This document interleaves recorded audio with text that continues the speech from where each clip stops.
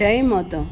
चरणं शरणं रमाम्बिके, चरणं शरणं त्र्यम्बके. As soon as the flash in my mind, Deva looked lovingly into my eyes, held both my hands, pressed them against her chest, and repeating this thrice said, Tara, I know you cannot bear the pain of separation. Hence I take away this sorrow, this soul's anguish from you. A little alone will be left with you, which you have to bear. You will have to bear. Do not suppress viraha. Shed tears in silence, and you will be relieved. If you suppress it, the crown of your head will break, and you will leave the body. No, you are not to leave the body, Deva continued.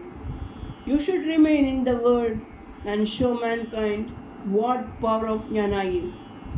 Tara, you should not sit quiet. Rouse yourself into action by means of knowledge. Come out of the fog of sorrow. The world has seen only your smiling face. Continue to smile. Exhort people to follow the path I have prescribed. Show them the greatness of bhakti. With your heart set on me, become my instrument. I am the Supreme Goddess Parameshwari. When your work is over, you shall return to my abode. I will be waiting for you. Many other things she revealed to Tara, whom she had made the life president of the mission and also her spiritual successor. The day went on like this. When Dr. Modi was giving her an injection, he asked her if she was pain. Doctor, there is severe pain, but I am alright, she replied, and perhaps to alleviate the inner agony of the kind doctor, she smiled. An astounding calm stayed on her countenance. My heart sank. Fear and despair gripped my entire being. A world without her would be a void. What I needed was a being to love and to be loved by. When that being was about to depart, it would be impossible for me to remain here any longer. As soon as this thought crossed the horizon of my mind, Mother opened her eyes and with melting compassion and tenderness asked, My child, will you not remain here and continue to serve the mission, extending your help to Tara? My whole being seemed to have been conquered by that merciful glance. The resisting, assertive eye melted away into nothingness, and I felt the caress of my eternal mother. In overwhelming love, I submitted. Deva, my own mother, I will not go anywhere. I will continue furthering thy mission and carry out thy behests.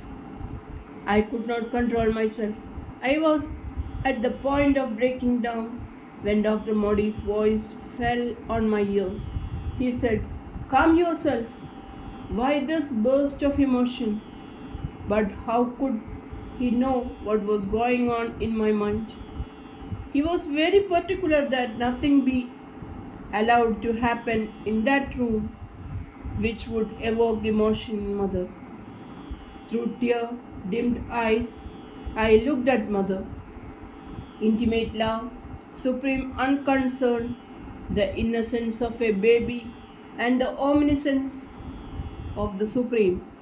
Human simplicity and imperious dignity, all these were upon her like a mysterious amalgam, making her belong to the unique category. Again, Mother inquired about her beloved devotees arriving from far-off places. All had darshan. Perhaps the sorrow of her children found a response in Mother's heart. She spoke with sorrow about suffering humanity. At times her words were indistinct, and we had to keep our ears close to her. She was heard to say, I have shown in my life how to reach the pinnacle of yoga in the home. It is not easy, for Maya is terrible. He who puts his entire trust in God alone rises above Maya. Pointing to Tara, she added, she too is there as an ideal. Because she loved me and me alone, The world did not entrap her. She is a free soul. Toward evening, Mother was found to be more relaxed, and it could be observed that she was slipping more and more into her transcendent state. She then directed us repeatedly that nobody, including the doctors, should touch her body for 2 hours, and she remained absorbed within herself. We kept watch. Her body was absolutely still and motionless. The breathing was very slow. There she lay, supremely composed, as though in the great yogic slumber of Bhagavan Vishnu in divine peace.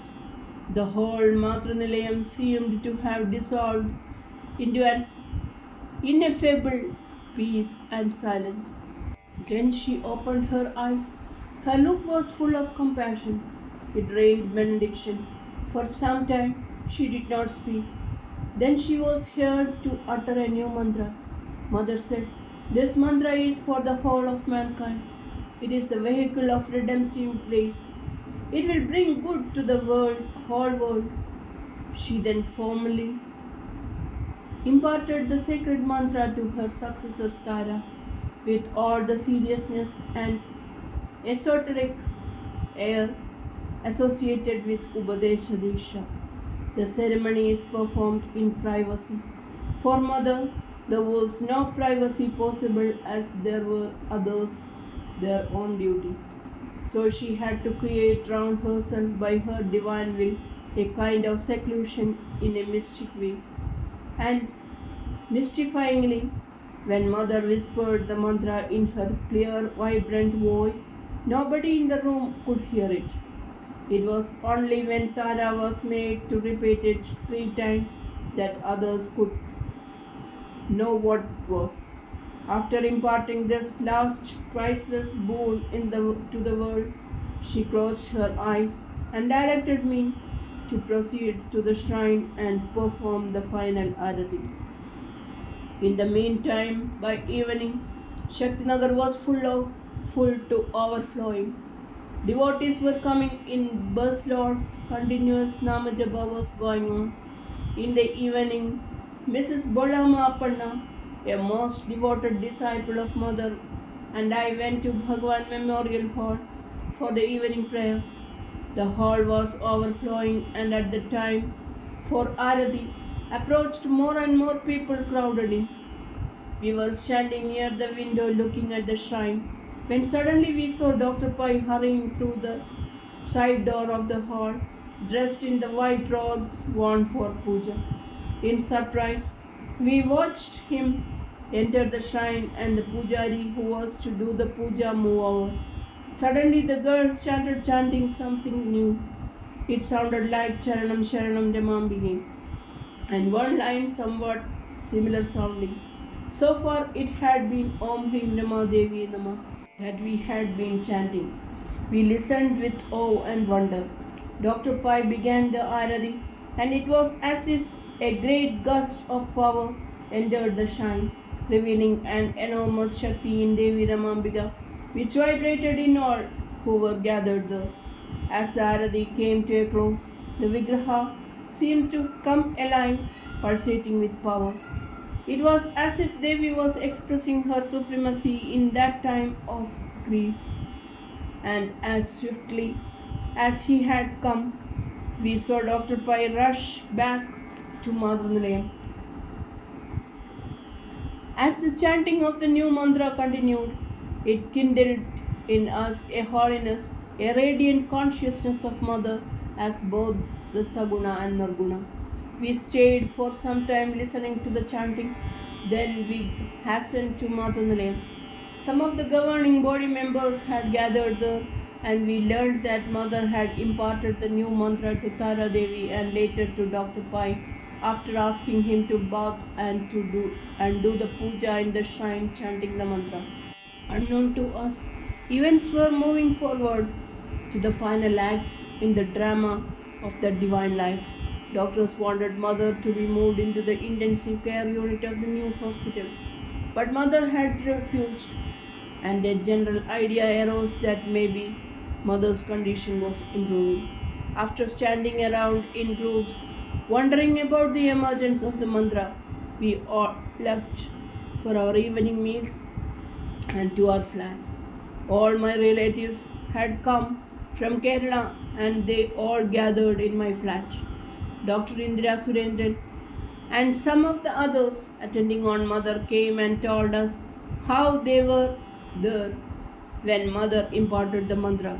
But as Dr. Pai has said in his book, they could not hear what mother said till Tara Devi repeated it. Later they also saw Dr. Pai coming to her after his bath and mother whispering to him and his rushing away to the mandir. By then we could hear the chanting of the mantra rising and falling from all the flats. It was nearing midnight. No one had any thought of sleep, and as the night advanced, the atmosphere of the campus was engulfed by the vast power of the mantra. A new-found strength and calm surfaced in all our hearts. Charanam Sharanam Ramambige, Charanam Sharanam Trayambage. Jai Mother.